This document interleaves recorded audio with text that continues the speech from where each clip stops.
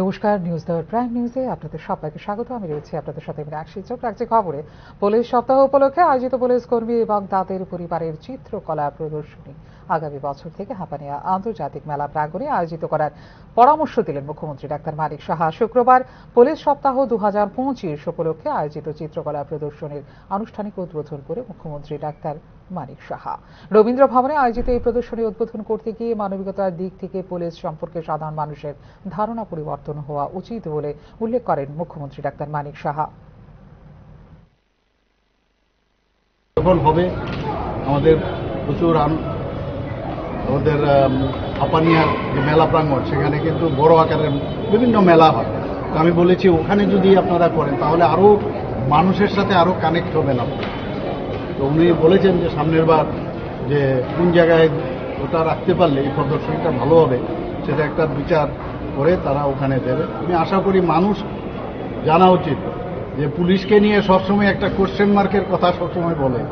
ওনারাও যে মানুষ, ওনাদের মধ্যেও যে ইনোভেটিভ আইডিয়া সৃষ্টি করার যে ক্ষমতা, এটা হাতের মধ্যে তুলি থাকলে তার মধ্যে যে চিন্তা ভাবনা, সেটাকে সৃষ্টি করার মধ্যে যে তার ক্ষমতা, সেটা তো সত্যি মানুষকে জানানো দরকার। এবং মানুষ সেটা যদি জানে তাহলে পুলিশ সম্পর্কে। দিল্লি বিধানসভা নির্বাচনের জন্য ইশতেহার প্রকাশ করল ভারতীয় জনতা পার্টি। মহিলাদের জন্য মাসে 2500 টাকা, গর্ভবতী মহিলাদের 21,000 টাকা দেওয়ার ঘোষণা দেওয়া হয়েছে ইশতেহারে। এদিকে আপের গ্যারান্টি ভিত্তিতে নির্বাচনে লড়তে চায় বিজেপি বলে অভিযোগ করেছেন অরবিন্দ কেজরিওয়াল। দিল্লি বিধানসভা নির্বাচনের আগে বিজেপির ইশতেহারে বড় চমক। শুক্রবার দলের সংকল্পপত্র বা নির্বাচনী ইশতেহার প্রকাশ করেন বিজেপির সর্বভারতীয় সভাপতি জগৎ প্রকাশ নাড্ডা। একগুচ্ছ প্রতিশ্রুতির কথা বলা হয়েছে ইশতেহারে। বিজেপির নির্বাচনী ইশতেহারে মহিলাদের জন্য একগুচ্ছ ঘোষণা রয়েছে। তারা ক্ষমতায় এলে এই সব প্রতিশ্রুতি পূরণ করা হবে বলে দাবি করা হয়েছে। বিজেপি ক্ষমতায় এলে দিল্লিতে মহিলা সমৃদ্ধি যোজনার আওতায় মাসে মহিলাদের দেওয়া হবে 2500 টাকা, গর্ভবতী মহিলাদের দেওয়া হবে 21,000 টাকা, দিল্লি দরিদ্র মহিলাদের গ্যাস সিলিন্ডারে দেওয়া হবে 500 টাকা ছাড়, হোলি এবং দীপাবলিতে মহিলাদের দেওয়া হবে বিনামূল্যে একটি করে গ্যাস সিলিন্ডার। প্রথম মন্ত্রিসভাতেই আয়ুষ্মান ভারত যোজনার বাস্তবায়নের জন্য উদ্যোগের প্রতিশ্রুতির পাশাপাশি দেওয়া হবে চিকিৎসার ক্ষেত্রে অতিরিক্ত 50,000 টাকা। 60 থেকে 70 বছর বয়সী প্রবীণদের জন্য পেনশন 2000 থেকে বাড়িয়ে করা হবে 2500 টাকা। দিল্লিতে অটল ক্যান্টিন যোজনা চালু করে 5 টাকায় অর্থনৈতিকভাবে পিছিয়ে পড়াদের জন্য বরাদ্দ করা হবে খাবার। कि हम भारतीय जनता पार्टी के संकल्प में इस बात को जोड़ते हैं कि महिला समृद्धि योजना के तहत प्रति माह 2500 रुपए महिलाओं को दिया जाएगा और पहली कैबिनेट मीटिंग में महिला समृद्धि योजना फर्स्ट कैबिनेट मीटिंग में पारित किया जाएगा और दिल्ली की महिलाओं को 2500 रुपए प्रति माह देने का संकल्प भारतीय जनता पार्टी लेती है।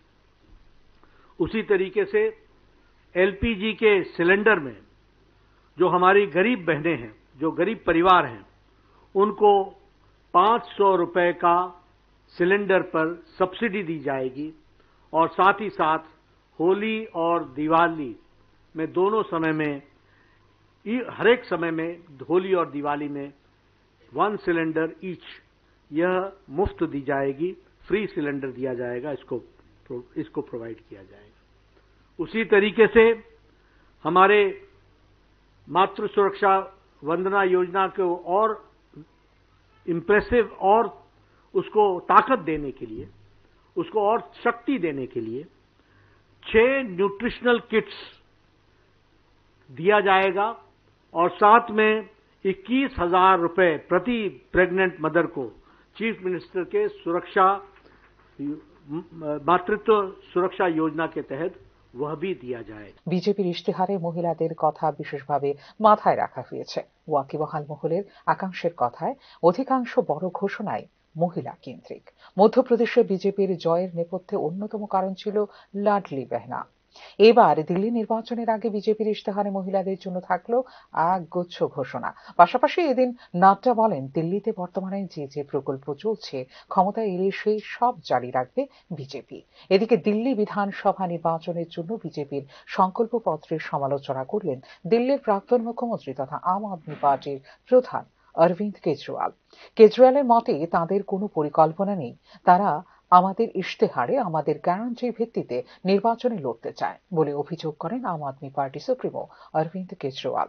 নির্বাচনী ইশতেহারে বিনামূল্যের সুবিধা পাইয়ে দেবার হাজারবার বিরোধিতা করেছেন প্রধানমন্ত্রী নরেন্দ্র মোদী, অথচ দিল্লি বিধানসভা নির্বাচনে বিনামূল্যের সুবিধা পাইয়ে দেবার ইশতেহার প্রকাশ করেছেন জেপি নাড্ডা বলে অভিযোগ করেছেন অরবিন্দ কেজরিওয়াল। जब उन्होंने कहा है कि फ्री की रेवड़ी सही नहीं है, फ्री की रेवड़ी सही नहीं है, फ्री की रेवड़ी सही नहीं है,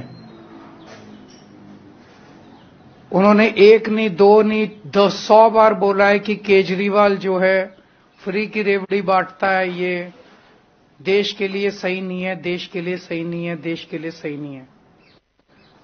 आज भारतीय जनता पार्टी के राष्ट्रीय अध्यक्ष ने ऐलान किया है कि हम भी केजरीवाल की तरह फ्री की रेवड़ी देंगे, हम भी केजरीवाल वाली फ्री की रेवड़ी देंगे। तो मैं उनसे कहना चाहता हूं कि प्रधानमंत्री जी सामने आके स्पेसिफिकली ऐलान करें कि उनकी इस पे सहमति है, और वो कहें कि पहले जो मोदी जी कह रहे थे वो गलत था। अभी तक मोदी जी ने जब जब कहा कि फ्री की रेवड़ी सही नहीं है, मोदी जी कहें कि मैंने गलत बोला था, केजरीवाल सही था। দিল্লির আইন শৃঙ্খলা উন্নয়নে কোনো প্রতিশ্রুতি দেওয়া হয়নি বিজেপির ইশতেহারে বলেও মন্তব্য করেছেন দিল্লির প্রাক্তন মুখ্যমন্ত্রী Arvind Kejriwal. Bureau report, news now. দক্ষিণ ত্রিপুরার উদয়পুর মাতাবাড়ি থেকে সোনামুড়া শ্রীমন্তপুর চেকপোস্ট পর্যন্ত সড়ক নির্মাণের ক্ষেত্রে বিস্তর অভিযোগ রয়েছে এলাকাবাসীর। প্রায় 3 বছর যাবত রাস্তাটি নির্মাণের কাজ চললেও কখনো বা কাজের স্লথগতি, আবার কখনো বা কার্পেটিং এ কারচুপির অভিযোগ রয়েছে স্থানীয় এলাকাবাসীর। গুণগত মান বজায় রেখে পুনরায় সড়ক নির্মাণের দাবি উঠেছে এলাকাবাসীর পক্ষ থেকে। 111 কোটি টাকা বাজেটে উদয়পুর মাতাবাড়ি থেকে সোনামুড়া শ্রীমন্তপুর চেকপোস্ট পর্যন্ত সড়কটি নির্মাণের জন্য বহিরাজ্যের সতীশ প্রসাদ কোম্পানিকে দায়িত্ব দেওয়া হয়েছিল। প্রায় 3 বছর যাবৎ চলা নির্মীয়মান সড়কটি নিয়ে এলাকার জনগণের বিস্তর অভিযোগ রয়েছে। কখনো বা সড়কের পার্শ্ববর্তী দেয়াল নির্মাণে অনিয়মের ফলে কিছুদিন পরে দেয়ালে ফাটলের সৃষ্টি এবং ধসে পড়া, কখনো বা কাজের স্লথ গতি, কখনো কার্পেটিং এ কারচুপি ইত্যাদি বহুমুখী অভিযোগ রয়েছে নির্মীয়মান কোম্পানির বিরুদ্ধে। বর্তমানে সোনামুড়া সংহতি সেতুর দক্ষিণ পাড় থেকে রবীন্দ্রনগর শান্তিপল্লী পর্যন্ত চলছে পেজ ঢালাইয়ের কাজ। এ ব্যাপারেও কাজের গুণগত মান নিয়ে অনিয়মের অভিযোগ রয়েছে এলাকাবাসীর। তাদের অভিযোগ, কোনো দুরভিসন্ধির কারণে রাতের বেলায় কোনো রকম ভাবে পেজ ঢালাইয়ের কাজ সেরে ফেলা হচ্ছে। গতকাল রাতেও এই এলাকাতে চলে পিচ ঢালাইয়ের কাজ, কিন্তু সকালে 2-4টে যানবাহন চলাচলের পরে ধীরে ধীরে সড়ক থেকে উঠে যাচ্ছে পিচ ও পাথর। কালকে রাত্র প্রায় 11টার পরে কাজ করে কেন ওই অংশটা গত পরশুদিন রাত্রেবেলা রাত্র 11টার পরে করা হয়েছে। তাহলে আপনাদের অভিযোগ হইতেছে রাত্রেবেলা কাজ করতেছে, যে তার লেগে এরকম হইতেছে না? হ্যাঁ, রাত্রেবেলা যদি কাজ করে যাতে তারা ডুপ্লিকেট করিয়া যাইবই, আর দিনের বেলা যদি করে তাহলে মানুষের কেউ না কেউ চৌকে পড়বো, ডুপ্লিকেট কাজটা করতে পারতো না। পিচ ঢালাই করার পর রাস্তা থেকে পাথর কুড়িয়ে অভিযোগ জানাচ্ছেন এলাকাবাসী। তাদের দাবি, সার্বিক উন্নয়নের জন্য সরকার এই সড়কটি নির্মাণের উদ্যোগ নিলেও নানাবিধ কারচুপির কারণে কাজের গুণগত মান বজায় থাকছে না। তাই গুণগত মান বজায় রেখে সড়কটি পুনরায় নির্মাণ করা না হলে আগামী দিনে সড়ক অবরোধ করতে বাধ্য হবেন বলে সাংবাদিকদের জানিয়েছেন এলাকাবাসী। এইভাবে ডুপ্লিকেট কাজটা করছে, এটা যাতে উড়াইয়া সুন্দরভাবে যাতে করিয়া দেয়।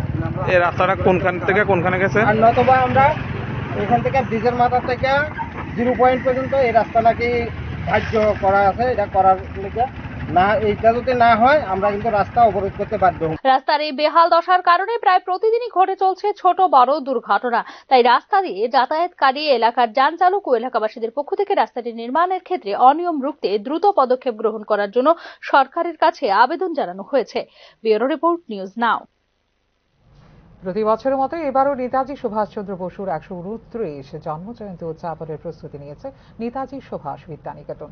ঐতিহ্য বজায় রেখে এবারও বিদ্যালয়ের তরফে উদযাপন করা হবে নেতাজি সুভাষচন্দ্র বসুর জন্মজয়ন্তী প্রস্তুতি পর্ব এবং উদযাপন উপলক্ষে সাংবাদিক সম্মেলনে জানিয়েছে নেতাজি সুভাষ বিদ্যানিকেতন কর্তৃপক্ষ। ৩০ জানুয়ারি সকাল ৮টায় বিদ্যানিকেতনের মাঠ থেকে ছাত্রছাত্রীরা জমায়েত হবে। অনুষ্ঠানের উদ্বোধন করবেন মুখ্যমন্ত্রী ডক্টর মানিক সাহা। এই বছর তৃতীয় শ্রেণী থেকে শুরু করে একাদশ শ্রেণী পর্যন্ত ২৬টি থিম তৈরি করা হয়েছে। যেহেতু সামনেই দশম এবং দ্বাদশ শ্রেণীর ছাত্রছাত্রীদের পরীক্ষা, তাই তারা কোনো প্রতিযোগিতায় অংশগ্রহণ করবে না, তারা শুধু ভলান্টিয়ার হিসেবে থাকবে। তাছাড়া ওই বর্ণময় আয়োজনকে ঘিরে কোনো বিশৃঙ্খলা পরিবেশ তৈরি না হয় তার জন্য আরক্ষা দপ্তর থেকে সাহায্য চাওয়া হয়েছে বলে জানিয়েছে নেতাজি সুভাষ বিদ্যানিকেতন কর্তৃপক্ষ। একসঙ্গে পার্টিসিপেট করলে তো 23টা হয়ে যায়, কিন্তু সব ক্লাস পার্টিসিপেট 23টাই হয়ে গেছে। সকাল কটায় শুরু হবে ম্যাডাম?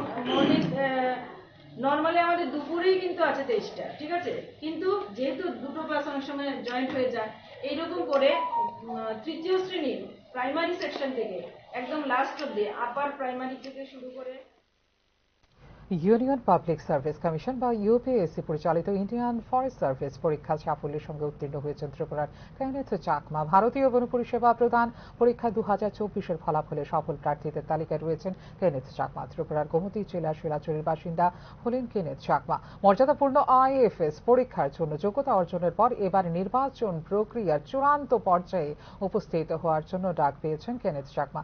জনজাতি হিসেবে তিনি ত্রিপুরার একমাত্র প্রার্থী যিনি এই বছর আইএফএস পরীক্ষার জন্য অর্জন করেছেন যোগ্যতা। তাঁর কৃতিত্ব রাজ্যের জন্য গর্ব এবং ত্রিপুরার যুবকদের জন্য সর্বভারতীয় পরীক্ষাগুলিতে লক্ষ্য এবং দক্ষতা অর্জনের জন্য একটি অনুপ্রেরণামূলক উদাহরণ স্থাপন করেছে বলে জানিয়েছেন গোমতী জেলার জেলাশাসক তরিত কান্তি চাকমা। কেনেথ চাকমার এই কৃতিত্ব বিশেষ মর্যাদা পেয়েছে চাকমা সম্প্রদায়ের মধ্যে।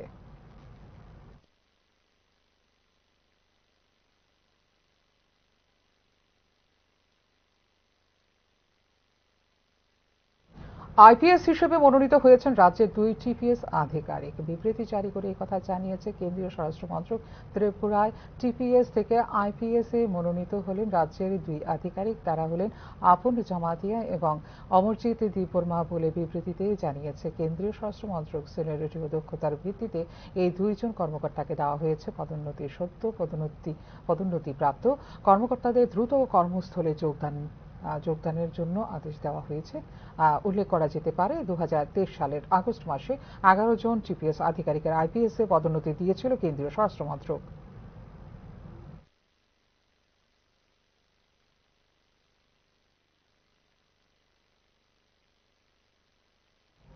পরিশ্রুত পানীয় জল, রাস্তা ও বিদ্যুতের সমস্যা জর্জরিত উত্তর ত্রিপুরা জেলার পানিসাগর মহকুমার পূর্ব জলেবাসা গ্রামের শ্যামলটিলা এলাকার লোকজন স্থানীয় পঞ্চায়েতে বারবার লিখিতভাবে আবেদন জানানো সত্ত্বেও কোনো ধরনের উদ্যোগ গ্রহণ করা হয়নি। এলাকার সমস্যা সমাধানে গ্রামবাসীর পক্ষ থেকে রাজ্য সরকারের নিকট আবেদন জানানো হয়েছে।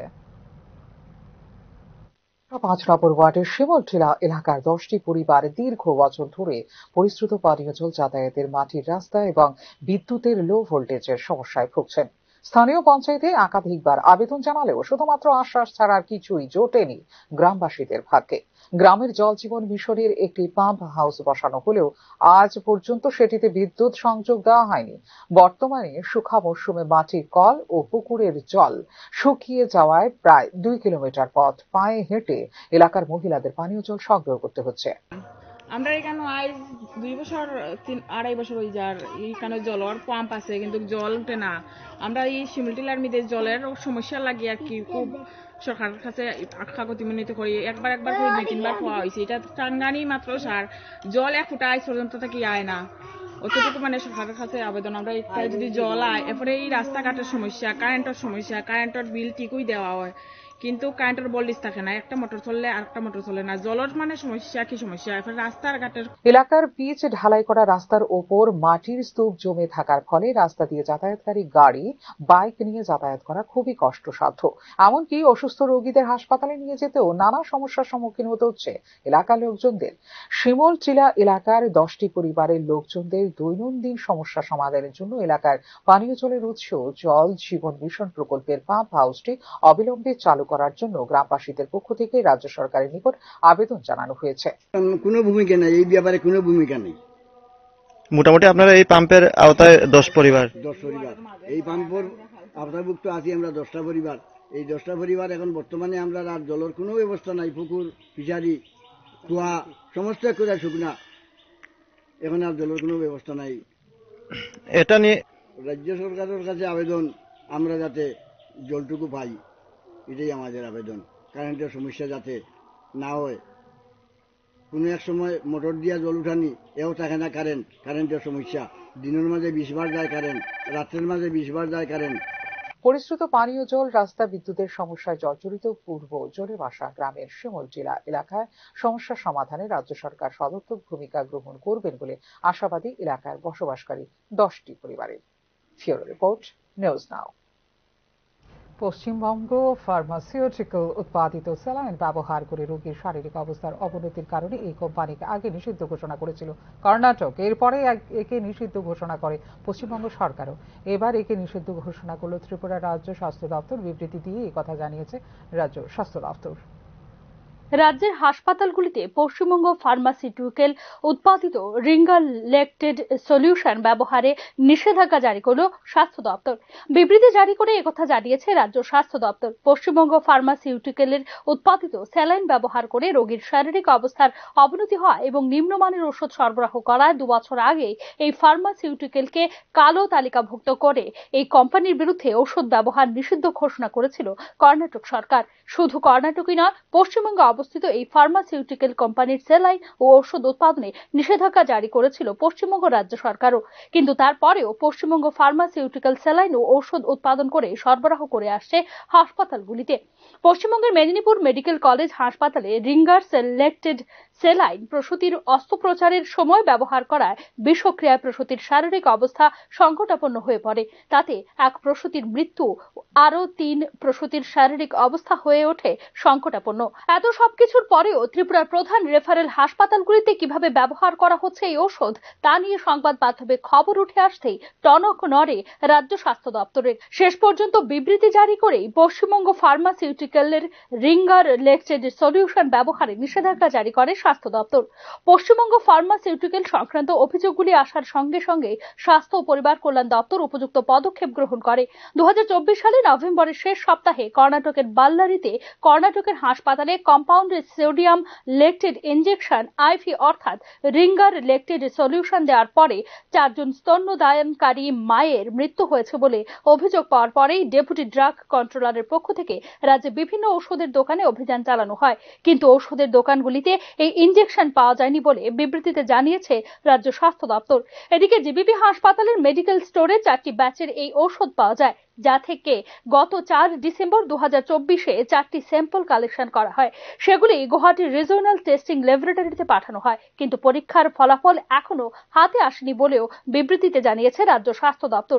জিবিপি হাসপাতালে স্যালাইনের জন্য যাতে রোগীদের কোনো অসুবিধা না হয় সেজন্য ইতিমধ্যে পরিবার কল্যাণ ও রোগ প্রতিরোধক অধিকার থেকে NS 10,000, DNS 5,000 এবং RL 5,000 আইভি ফ্লুইড জিবিপি হাসপাতালকে প্রদান করা হয়েছে বলে জানিয়েছে স্বাস্থ্য দপ্তর।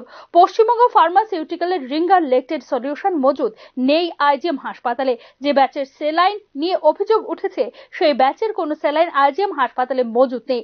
এদিকে পশ্চিমবঙ্গ ফার্মাসিউটিক্যালের 2023 সালে যে আইভি ফ্লুইড রয়েছে সেগুলি ব্যবহার না করার জন্য নির্দেশ দেওয়া হয়েছে আইজিএম হাসপাতাল কর্তৃপক্ষকে বলে জানিয়েছে রাজ্য স্বাস্থ্য দপ্তর। ব্যুরো রিপোর্ট, নিউজ নাও।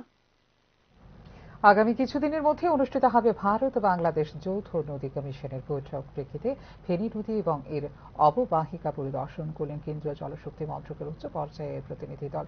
উল্লেখ করা যেতে পারে, সর্বশেষ 25 আগস্ট 2022 সালে অনুষ্ঠিত হয়েছিল ভারত বাংলাদেশ যৌথ নদী কমিশনের বৈঠক।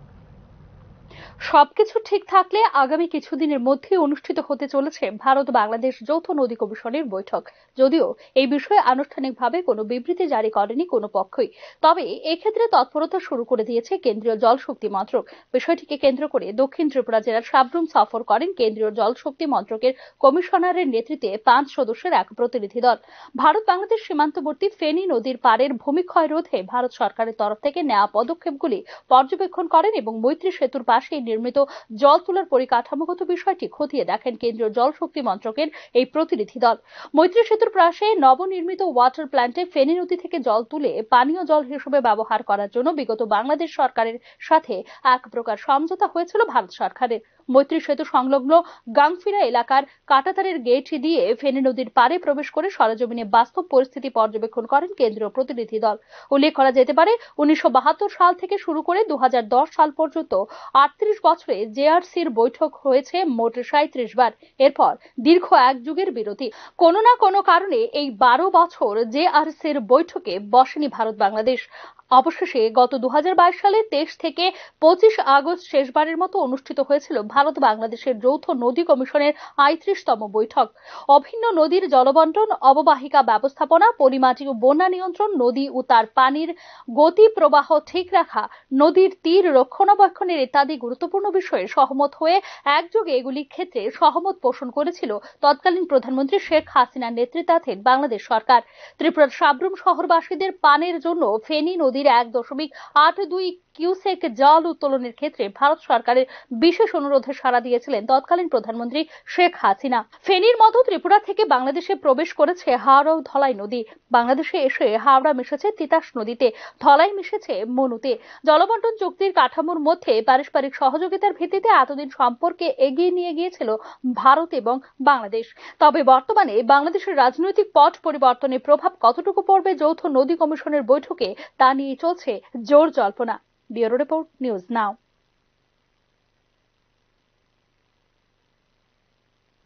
রাজ্যের বেকার সমস্যা এবং ক্রমবর্ধমান নেশার দৌরাত্ম্যের বিরুদ্ধে আওয়াজে তুলে শুক্রবার সাংবাদিক সম্মেলন করল ডিওয়াইএফআই ও টিওআইএফ এর রাজ্য সংগঠন। রাজ্যের কলেজগুলিতে অধ্যাপক নিয়োগের দাবি সহ রাজ্যব্যাপী নেশা সাম্রাজ্য বিস্তারের ফলে রাজ্যের যুব সম্প্রদায়ের নেশার প্রতি আসক্তি সৃষ্টি হয়েছে বলে সাংবাদিক সম্মেলনে অভিযোগ করেছেন ডিওয়াইএফআই নেতৃত্বরা। বিভিন্ন সরকারি দপ্তরে দিনের পর দিন কোনো কারণ না দেখে শূন্য পদ কেন পূরণ করা হচ্ছে না সেই ব্যাপারে ত্রিপুরা হাইকোর্ট রাজ্য সরকারের কাছে জানতে চেয়েছেন। রাজ্যের বিভিন্ন দপ্তরে বর্তমানে প্রায় লক্ষাধিক শূন্য পদে থাকা সত্ত্বেও রাজ্য সরকারের পক্ষ থেকে নিয়োগের ক্ষেত্রে কোনো ধরনের উদ্যোগ গ্রহণ করা হয়নি বলে সামাজিক সম্মেলনে জানিয়েছেন ডিওয়াইএফআই এর রাজ্য নেতৃত্বরা। রাজ্যে বর্তমানে নেট, স্লেট ও পিএইচডি বেকারের সংখ্যা প্রায় 2000-এর উপর রয়েছে। 2019 সালের তথ্য অনুযায়ী রাজ্যে 22টি ডিগ্রি কলেজ ছিল এবং সেখানে অধ্যাপকের প্রয়োজন ছিল 1390 জন। 2025 সালে বর্তমানে কলেজের সংখ্যা 25, কিন্তু কলেজের সংখ্যা ও ছাত্রছাত্রীর সংখ্যা বৃদ্ধি পাওয়ার পরও রাজ্যের মুখ্যমন্ত্রী কলেজগুলিতে অধ্যাপকের প্রয়োজন মাত্র 530 জন বলে বিধানসভায় তথ্য দিয়েছেন। অভিযোগ ডিওয়াইএফআই নেতৃত্বদের। ইউজিসি গাইডলাইন অনুযায়ী কলেজগুলিতে অধ্যাপক ও ছাত্রছাত্রীদের বর্তমানে অনুপাত 20:1 এবং ভবিষ্যতে তা বাড়িয়ে 25:1 করা হবে। কিন্তু বর্তমানে আমাদের রাজ্যের কলেজগুলিতে সেই অনুপাত 110:1 রয়েছে। রাজ্যের কলেজগুলিতে অধ্যাপক নিয়োগ না করার জন্য বর্তমানে কলেজের বেশিরভাগ ছাত্রছাত্রী পরীক্ষায় ফেল করছেন বলে জানিয়েছেন ডিওয়াইএফআই এর রাজ্য নেতৃত্ব। আমাদের রাজ্যের পিএইচডি, আমাদের রাজ্যের স্লেট, নেট পাশ করা তার সংখ্যা হচ্ছেন প্রায় 2000-এর উপর। কলেজগুলোতে এখন তিনি বলছেন যে 1230 জন অধ্যাপক থাকা প্রয়োজন। 2019 সালে এই সরকার বলেছিল কলেজগুলোতে তখন কলেজের সংখ্যা। নিয়ে নিচ্ছে একটা ছোট্ট বিজ্ঞাপন বিরতি। বিরতির পর ফিরে আসবে অন্যান্য খবরে, সঙ্গে থাকবেন। আপনি দেখছেন নিউজ নাও, আমরা জানি কোনটা খবর। প্রথম আলো এলো শুদ্ধ সকাল, শুদ্ধ সলিলে আজ বাজালো ত্রিতাল, মন্দিরে শুদ্ধ পূজার ধ্বনি, অগ্নি শুদ্ধ হলো সিঞ্জিনি, পরিণীতা নারী তুমি অনুপমা, শুদ্ধ সোনায় সাজো হে নিরুপমা। শুদ্ধতার স্বর্ণ মন্দির, কালিকা জুয়েলার্স, আগরতলা। একটু চেষ্টাতেই দুল লেগে যায় নববধূর কানে, একটু চেষ্টাতেই মানিয়ে নেওয়া যায় বিবাহিত জীবনে। নানা অনুভূতি জড়ানো বিয়ের গয়না। শ্যাম সুন্দর কোম্পানি জুয়েলার্স। আপনি দেখছেন নিউজ নাও, আমরা জানি কোনটা খবর। বিরতির পর স্বাগত, চোখ রাখছে অন্যান্য খবরে। মার্কিন ডলারের তুলনায় ভারতের টাকার পতন ঘটেছে বিপজ্জনক হারে। ডলারের তুলনায় টাকার অবনমন দাঁড়িয়েছে প্রায় 86.55-এ। এই ক্ষেত্রে মার্কিন যুক্তরাষ্ট্র ও চীনের পরে তৃতীয় আর্থিক শক্তিশালী দেশে পরিণত করার প্রচার কি আষাঢ়ে গল্প, তা নিয়ে উঠছে প্রশ্ন। সাম্প্রতিককালে ভারতীয় অর্থনীতির বেহাল দশা নিয়ে যথেষ্ট শঙ্কিত অর্থনীতিবিদরা। মার্কিন ডলারের তুলনায় ভারতের টাকার পতন ঘটেছে সর্বোচ্চ, অর্থাৎ $1 মূল্য দাঁড়িয়েছে 86.55 টাকা। মার্কিন ডলারের তুলনায় টাকার এই পতন হার কি অর্থনৈতিক বিপর্যয়কে স্পষ্ট করছে? ইতিমধ্যেই তা নিয়ে উঠছে প্রশ্ন। এই অবস্থায় চঞ্চল হয়ে পড়েছে শেয়ার বাজার। শেয়ার বাজারেও ধস নামছে প্রায় প্রতিদিন। আন্তর্জাতিক বিনিময় মুদ্রা হিসেবে মার্কিন ডলারের তুলনায় ভারতের টাকার মূল্য হ্রাস পাওয়ার ফলে আমদানি রপ্তানির উপর চাপ তৈরি হয়েছে মারাত্মক। এই অর্থনৈতিক বেহাল অবস্থা কি করে কাটবে সে সম্পর্কে এখনো কোনো স্পষ্টীকরণ নেই সরকারের তরফ থেকে। বলা যেতে পারে নীরবতাকেই একমাত্র পন্থা বলে মেনে নিয়েছে সরকার। কিছুদিন আগে ব্রিক্স সম্মেলনের শেষে ব্রিক্সের অন্তর্ভুক্ত রাষ্ট্রগুলির মধ্যে বাণিজ্যিক লেনদেনের ক্ষেত্রে নিজস্ব মুদ্রাকে ব্যবহারে সম্মতি দিয়েছিল ভারত। ব্রিক্স সম্মেলনে এই বিষয়টি প্রাসঙ্গিকভাবে চর্চায় আসে যে যদি ব্রিকভুক্ত দেশগুলি তাদের নিজেদের মধ্যে আমদানি রপ্তানির ক্ষেত্রে নিজস্ব মুদ্রা ব্যবস্থাকে উপায় হিসেবে বিবেচনা করে তাহলে কিছুটা চাঙ্গা হতে পারে এই দেশগুলির অর্থনৈতিক অবস্থা। ভারত এই বক্তব্যে শুধু সহমত পোষণ করেনি, উপরন্তু ব্রিক্স সম্মেলন শেষে দেশে ফিরে এসে ওই প্রস্তাবের সমর্থনে প্রকাশ্যে অভিমত ব্যক্ত করেন প্রধানমন্ত্রী নরেন্দ্র মোদী। আর তারই প্রতিক্রিয়াতে পাল্টা হুমকি দিয়ে এ ধরনের উদ্যোগ নেওয়া হলে ভারত সহ ব্রিক্সভুক্ত দেশগুলির উপর অতিরিক্ত মাশুল চাপানোর হুমকি দেয় মার্কিন যুক্তরাষ্ট্র। হুমকির মুখে বক্তব্য প্রত্যাহার করে নিতে বাধ্য হয় কেন্দ্রীয় সরকার। চূড়ান্ত সিদ্ধান্ত না হওয়ার আগে এই বিষয়টিকে প্রকাশ্যে নিয়ে এলো কেন কেন্দ্রীয় সরকার, তা নিয়ে উঠছে প্রশ্ন। কেনই বা মার্কিন যুক্তরাষ্ট্রের চাপের মুখে তড়িঘড়ি তা প্রত্যাহারও করে নেওয়া হলো, প্রশ্ন উঠছে তা নিয়েও। এক্ষেত্রে ভারতের অবস্থান আগের তুলনায় যে কিছুটা নড়বড়ে হয়েছে বা বলা যেতে পারে পরিস্থিতির চাপ সরকারকে সিদ্ধান্তহীনতার পর্যায়ে ফেলে দিয়েছে, স্পষ্ট হলো তাই। অর্থনীতিবিদদের মতে আগে নিজেদের ঘর না গুছিয়ে ব্রিক্সের চর্চার উপর অধিক মাত্রায় গুরুত্ব দিতে গিয়ে বিপদে ডেকে এনেছে কেন্দ্রীয় সরকার। ভারতের বাজারে অধোগতিতেই ডলারের তুলনায় ভারতের টাকার দাম কমছে তা উপলব্ধি করে কার্যকরী পদক্ষেপ নেওয়ার ক্ষেত্রে সফল হয়নি কেন্দ্র। একই সাথে জিডিপির অধোগতিতেও টাকার পতনের প্রভাব রয়েছে, সেই মূল্যায়নে প্রতিষেধক ব্যবস্থা গ্রহণের ক্ষেত্রেও তৎপরতা নেই সরকারের বলে মনে করেন অর্থনীতিবিদদের একাংশ। কর্পোরেট পুঁজির শ্রীবৃদ্ধি হলেও যেহেতু ভারতবর্ষের মোট জনসমষ্টির সংখ্যাগরিষ্ঠ অংশ আর্থিক বিপন্নতায় ভুগছেন, তাই জিডিপির উপর তার প্রভাব পড়ছে এবং তা ঠেকাতে সংখ্যাগরিষ্ঠ অংশের মানুষকে আর্থিকভাবে মজবুত করার জন্য উপযুক্ত পদক্ষেপ নিতে বিশেষজ্ঞদের প্রস্তাবও গ্রহণ করছে না সরকার। বাজার অর্থনীতি যখন গোটা পৃথিবীর অর্থনীতির ব্যবস্থাকে নিয়ন্ত্রণ করছে তখন বিনিময় মূল্য একটি গুরুত্বপূর্ণ দিক। রিজার্ভ ব্যাংকের তথ্য অনুযায়ী বৈদেশিক মুদ্রার ভান্ডার সাম্প্রতিক কয়েক দশকের মধ্যে এত পরিমাণ হ্রাস পেয়েছে যে তা অন্তত দেশের আর্থিক ব্যবস্থাকে ঠেলে দিয়েছে বিপজ্জনকভাবে। বৈদেশিক মুদ্রার ভান্ডার কোন রাষ্ট্রের আর্থিক অবস্থা বোঝাতে অন্যতম একটি সূচক। যে রাষ্ট্রের মুদ্রা ভান্ডার যত বেশি, সেই রাষ্ট্র আর্থিকভাবে ততটাই শক্তিশালী বা মজবুত। একদিকে দেশের বৃহত্তর অংশের মানুষের কাছে নগদ অর্থের অভাব, একই সাথে বৈদেশিক মুদ্রা ভান্ডারের সংকোচন, জিডিপির অধোগতি, দ্রব্যমূল্যের ঊর্ধ্বগতি ইত্যাদি সবগুলো একসাথে মিলেমিশে এমন এক অবস্থা তৈরি করেছে যার থেকে মুক্তি পাওয়া খুব কঠিন বলেই মনে করছেন অর্থনৈতিক বিশ্লেষক মহল। এই পরিস্থিতিতে $3 ট্রিলিয়ন অর্থনীতি এবং ভারতকে মার্কিন যুক্তরাষ্ট্র ও চীনের পরে তৃতীয় আর্থিক শক্তিশালী দেশে পরিণত করার প্রচার কি আষাঢ়ে গল্প, প্রশ্ন উঠছে তা নিয়েও। ব্যুরো রিপোর্ট, নিউজ নাও। লংতরাই ভ্যালি মহকুমার অন্তর্গত ছৈলেকটা এলাকার লংতরাই ভ্যালি মহকুমা হাসপাতালের ইমার্জেন্সি ওয়ার্ডে ডাক্তার দেখাতে গিয়ে চরম ভোগান্তির শিকার হন এলাকার বিশ্বজিৎ সরকার নামে এক ব্যক্তি। শুক্রবার সকালে শারীরিক অসুস্থতা নিয়ে বীরজিৎ সরকার মহকুমা হাসপাতালে ডাক্তার দেখাতে গেলে হাসপাতালে কর্তব্যরত চিকিৎসক তীর্থ রানী মোরা সিং হাসপাতালে অনুপস্থিত থাকায় কর্তব্যরত নার্স তাকে একটি টোকেন দিয়ে ডাক্তারের কোয়ার্টারে পাঠান। পরপর দুবার অসুস্থ বীরজিৎ সরকার কোয়ার্টারে গিয়ে অনেকে ডাকাডাকি করলেও দরজা না খোলায় তিনি পুনরায় হাসপাতালে ফিরে আসেন। পরবর্তী সময়ে হাসপাতালে কর্তব্যরত নার্স ও সিকিউরিটি গার্ড তাকে বারবার ফোন করলেও কোনো উত্তর না পাওয়ায় সিকিউরিটি গার্ড তাকে পুনরায় ডাকার জন্য হাসপাতালে গেলেও তিনি হাসপাতালে চিকিৎসা পরিষেবা দিতে আসেননি বলে অভিযোগ করেন বীরজিৎ সরকার। সকালবেলা চলে একটা হসপিটালে আমি আইছি, প্রায় 1 ঘন্টার উপর হইব। আমার শরীরে অসুস্থতা ছিল, ইমার্জেন্সির মধ্যে গেছি, যাওয়ার পরে কোনো ডক্টর নাই। তারপর ইমার্জেন্সি থেকে আমার একটা স্লিপ দিয়ে দিছে তারা, যে সরকারি হাসপাতালে যে স্লিপ, ওই স্লিপটা নিয়ে এসে কোয়ার্টারে যাওয়ার লাগে। আমি কোয়ার্টারে গেছি, কোয়ার্টার 2 তলার উপরে ব্যথা নিয়ে এসে আমি 2বার উঠছি, নামছি, নামার পরে তাদের কোনো রেসপন্স নেই। দরজার মধ্যে নক করতেছি, কোনো রেসপন্স নাই। হাসপাতালে আইসি প্রায় আধা ঘন্টা, ওইখান থেকে আওয়ার পরে আধা ঘন্টা 45 মিনিট আমি বয়ে রয়েছি, তাদের কোনো ইয়া নাই।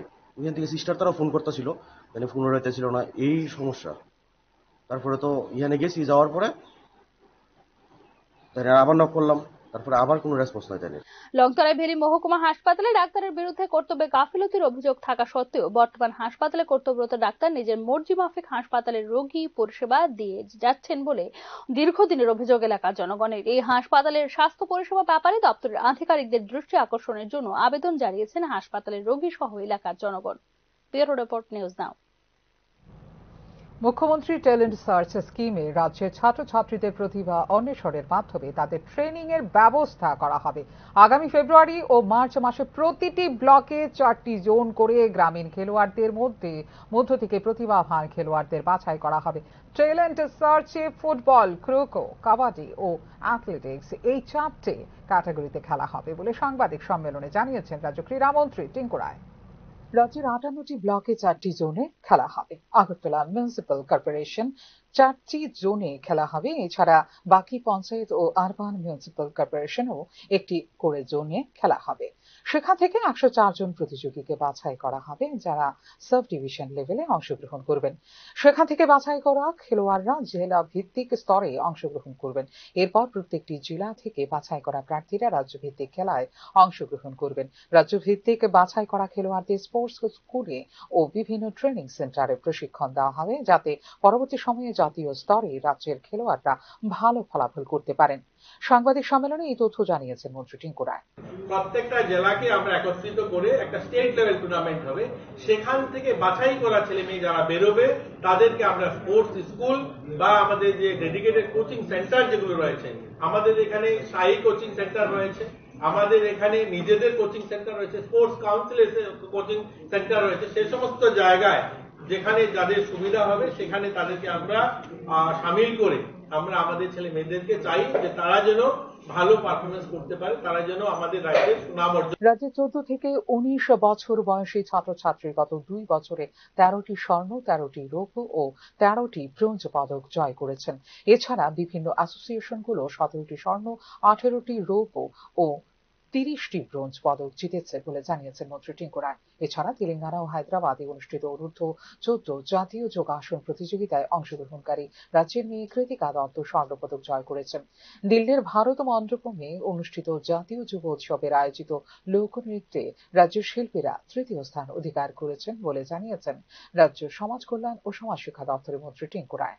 আমাদের স্কুল স্তরে আন্ডার 14 থেকে আমাদের আন্ডার 19 মানে 14 থেকে 19 বছরের বালক বালিকাদের আমরা স্কুল স্তরে যতগুলো জাতীয় স্তরে টুর্নামেন্ট হয়েছে সেখানে প্রায় আমরা 13টা গোল্ড জিতেছি এবং 13টা সিলভার জিতেছি, 17টা ব্রোঞ্জ জিতেছি। আমরা আমাদের রাজ্যের যে অ্যাসোসিয়েশন গুলো রয়েছে বা আমাদের ফেডারেশন যেগুলো বিভিন্ন রাজ্যে প্রতিযোগিতা অংশগ্রহণ করে 19 বছরের অধিক যাদের বয়স, সেই সংখ্যাটাও খারাপ নয়, সেই সংখ্যাটাও কিন্তু আমরা গোল্ড 17 এবং সিলভার 18 এবং আমাদের ব্রোঞ্জ 30, তো এই সংখ্যাটা আমরা বলতে পারি আমাদের ছোট্ট রাজ্য হিসাবেও আমরা ভালো আমাদের অ্যাচিভমেন্ট।